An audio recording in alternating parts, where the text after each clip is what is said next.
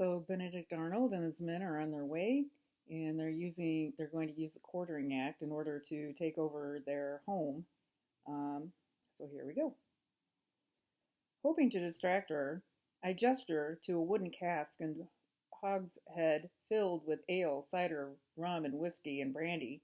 Wine bottles are stacked on top, and next to them the candied preserves and dried fruit piled on the floor.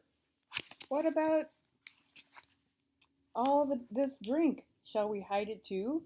If we don't, they're going to guzzle it all. Let's give them all they can drink. They can partake until they are boozy, for all I care, provided that they don't lay a hand on us. After all, our goal is to survive this invasion from Bolingbroke. Her voice cracks with sweet bitterness, while I breathe a silent sigh of relief. At least she isn't serious about strangling Arnold after all, however tempting the proposition. Should we be so lucky, perhaps they'll drown themselves in too much ale. That's the only thing preventing us from poisoning the whole lot of them. She slams a box of silver onto the brick floor, startling me with the din, and setting off clouds of dust. Come now, Susanna, start handing it over to me. She calls, her voice tight and controlled. A wave of nervous energy washes over me. I pause and stack the china and stuffed baskets to pass the stuffed baskets to her while coughing through my sleeve. Much to my horror, I hear the familiar clickety-clock of horse making its way to Bolingbroke. Within seconds, though, it becomes a ferocious pounding and multitude of hoofs thunder under down the lane. It grows even louder, almost deafening, and vibrates are so strong I feel like I'm on horseback myself. When Penny and I scurry upstairs for yet another haul of heirlooms, we can't but stop and stare out the window, mesmerized. It's impossible to process.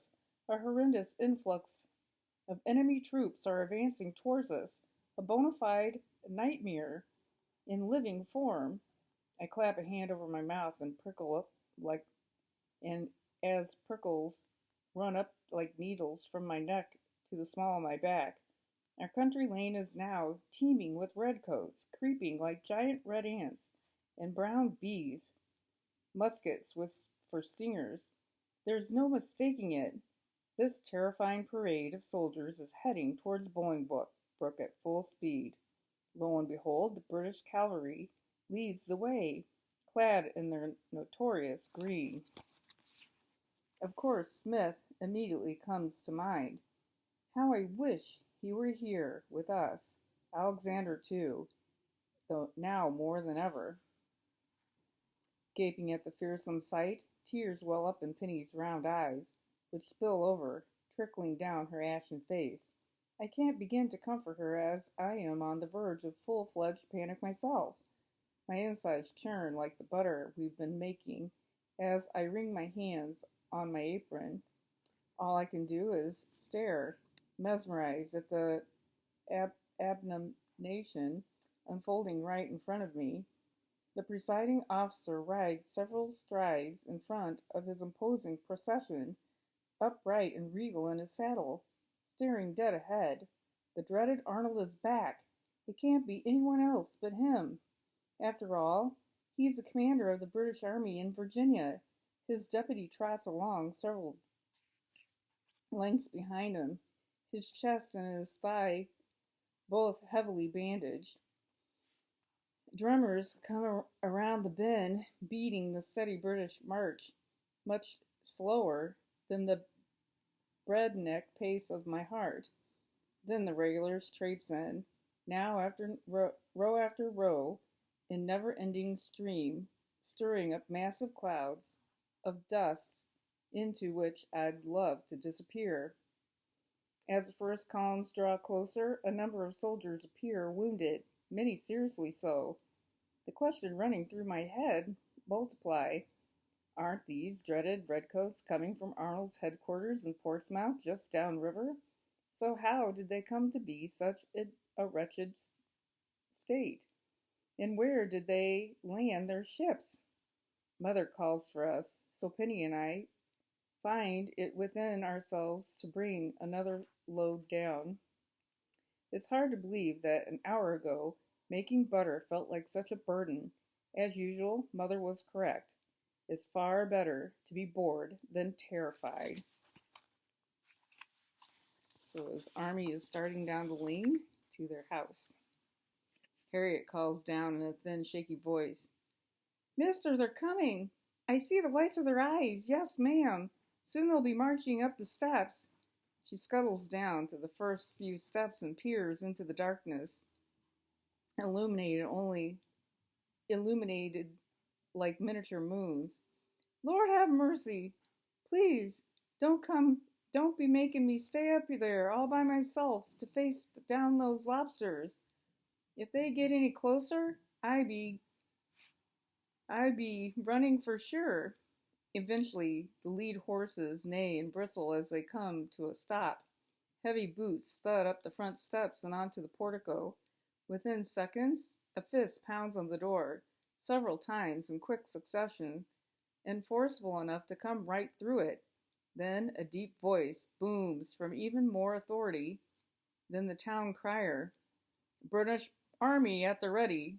Under the courting act of His Majesty King George III, open up immediately. I hereby announce the arrival of Lieutenant General Lord Charles Cornwallis, commander of the British Southern Forces, and his Deputy Commander Brigadier General Charles O'Hare. Tugging on a heavy tray laden with china, I let go. With a gasp, losing my footing, I topple over backwards, hitting the dirt floor with a profound thump. With my skirt above my knees, I lie there in a daze. So it isn't the vile Arnold after all. I've been preparing myself for his big nose and legendary glowing eyes. Even worse, though, it's Cornwallis himself. But that's impossible, isn't it? Normally, it would have taken a week or more to move such a massive army. There is no way the British Southern Army could have traveled all this distance without any patriots detecting them en route. Or did they manage to do just that? Mother curses as her face drains from the alabaster white. Mother of God, isn't that Arnold? It's god-awful Cornwallis himself, with his entire army creeping along behind him. I don't know which one is I detest more. Grabbing her hem, she emerges from the tunnel, her eyes blazing and lips pursed in a grim line. While Arnold is vicious and detested beyond measure, Cornwallis is notorious for leaving utter devastation in his wake. He raises homesteads for sport and absconds with anything and everything of value, especially slaves, horses, and food in any form. Once Cornwallis leaves his mark on a patriot's homestead, it's never the same place again. More often than not, it no longer exists. Dumbfounded, I yanked down my gown. So they've given up on North Carolina just like that? The small of my back throbs, but the adrenaline rushing through my body masks the pain. Cornwallis, the commander of British Southern Army, is on our very doorstep? But how can this be? He would never withdraw from North Carolina after sacrificing so much trying to conquer it, or would he? Perhaps the commanding General Clinton ordered him to abandon it altogether. Then, after the enormous casualties at Guilford Courthouse, he was too low on troops to leave behind an occupying force. However, by moving on, he forfeits the land he fought so hard to conquer. My bewildered mind circles back to the same question. Why, I can't fathom his motivation. Why would he abandon such a colossal investment of time, sweat, and blood just to hightail it here to a sleepy old dominion? Dear God in heaven, we shall soon find out whether we want to or not, Mother murmurs, wiping her hand on her soiled cotton apron and tossing it onto the dirt floor. I am off to meet the filth face to face. but I can't curtsy to him. I'd rather that he tar and feather me himself. She adjusts her yellow mob cap, takes a deep breath, and trots up the stairs, her back straight and head held high. Harriet plods along behind her, as if heavy chains bind her ankles. Between bouts of deep breathing, she chants under her breath, "Lord have mercy." Mother calls back over her shoulder, "Susanna, once you're finished, move the hutch in front of the door. If all goes to naught, the tunnel could end up being our only hiding place." Her voice takes on a bitter edge. "If you need them, then there are axes and shovels in there." From the top of the stairs she peers back down at me. In a low, hushed voice she commands, "Stay down there. I'll fetch you myself once it's safe. If they see you coming, they'll know exactly where to find our valuables." Mother's voice softens, and her eyes mist in a haze of the lantern. "Remember, Susanna, you're more precious to me than anything in this house." Even in my worst nightmares, I have never contemplated the enemy occupying our home. As Penny and I hide in the portraits and heirlooms, we can't hold back our hot tears a minute longer. I swipe at my flushed cheeks with the back of my hand flooded with admiration for Mother while I cower down here in relative safety. Perhaps it's time to accept the unpleasant truth. I'm a helpless simpleton of a girl. And chicken-hearted as well. If only I could face danger without freezing like a bird bath during a cold snap. An aristocratic voice booms through the floorboards, loud enough to echo off the cellar walls. "Good day, madam. I am Lieutenant General Lord Charles Cornwallis, Commander of Southern Forces here in His Majesty's service. I have pleasure of speaking with the mistress of the plantation." Penny and I exchange looks of consternation. This is Cornwallis himself speaking? Heavens! His cultured voice oozes with refinement and high nobility. I hold my breath, bracing myself for Mother's reply. "Good afternoon, General." I swear Mother's voice quavers, but I don't trust my ears. "Indeed, I am Mistress Susanna Bowling of Bolingbroke Plantation." He continues on, his voice clipped. "Lady Bolig, please summons the gentleman of the house immediately. I can't believe what I'm hearing. Mother must be bristling. General Cornwallis is second only to General Clinton, England's commander-in-chief.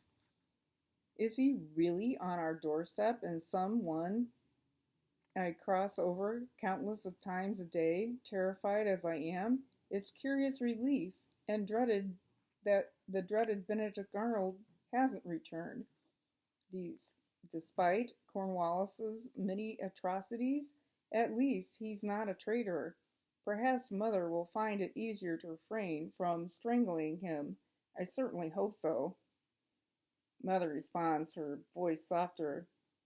"He is not present, sir." Cornwallis interrupts. "I see. Shall I assume he is off committing treason against our king?" I picture Mother upstairs looking this forbidding general in the eye. "Sir, that is certainly not the case. My husband passed away a decade ago after serving in the Virginia House of Burgesses for years." Her voice is stronger now, more confident. Of course she has neglected to mention that Father pursued the same radical agenda as George Washington. Governor Jefferson Patrick Henry, and Richard Bland from across the river. "My condolences, Lady Bolig. I myself lost my wife recently." After a pause, the general clears his throat and resumes a rougher tone. "As for your sons, I am correct in assuming they are rebels, then?" "No, sir, indeed not. They proudly serve in the army of their country, fighting invaders from the 1,000 miles away. Therefore they are not rebels at all." My heart pounds as I wait for the reaction. Certainly Mother knows better than to antagonize Cornwallis any further. After all, British soldiers are swarming all over Bolingbroke like bees in an overcrowded hive. Lady Bollig, I fear we differ in opinion. A friend to his country will be a friend to our king, who is our master. Mother doesn't hesitate for a second. In this country, only slaves acknowledge a master. I gasp and clap my hand over my mouth. Her manner is so provocative, downright brazen even. Is she goading the general to retaliate on purpose? The general speaks in a higher volume, as if to drown out her cheekiness. Although mannerly, his voice drips with condensation, condensation, bleh, condensation, condensation. Oh my goodness. Ah. Madam, as you suspect, my Southern army has moved north to Virginia after our latest victory at Guilford Courthouse. Penny and I exchanged scowls at the word of victory. My scouts directed me here as the most considerable house in the village. Therefore, the service of His Majesty requires the occupation of your property. As such, I shall take up quarters here. As you wish. Right now, my family consists of only my daughter and our slaves and myself. We are your captives. Thankfully, General Cornwallis chooses to ignore her barb. Accordingly, my men shall occupy all the available outbuildings and open areas, including the fields. As you may suspect, the remainder of my Southern army shall quarter throughout the city point as well. General Hare and Lieutenant Colonel Talton, both wounded, shall stay in the residence with me, and we shall dine here with my senior staff this evening. We depart tomorrow at dawn on a vital mission. Then this inconvenience shall come to an end, and you can return to your domestic tranquility. Okay, so Cornwallis has used the Quartering Act in order to take over their home, and we'll see what happens next.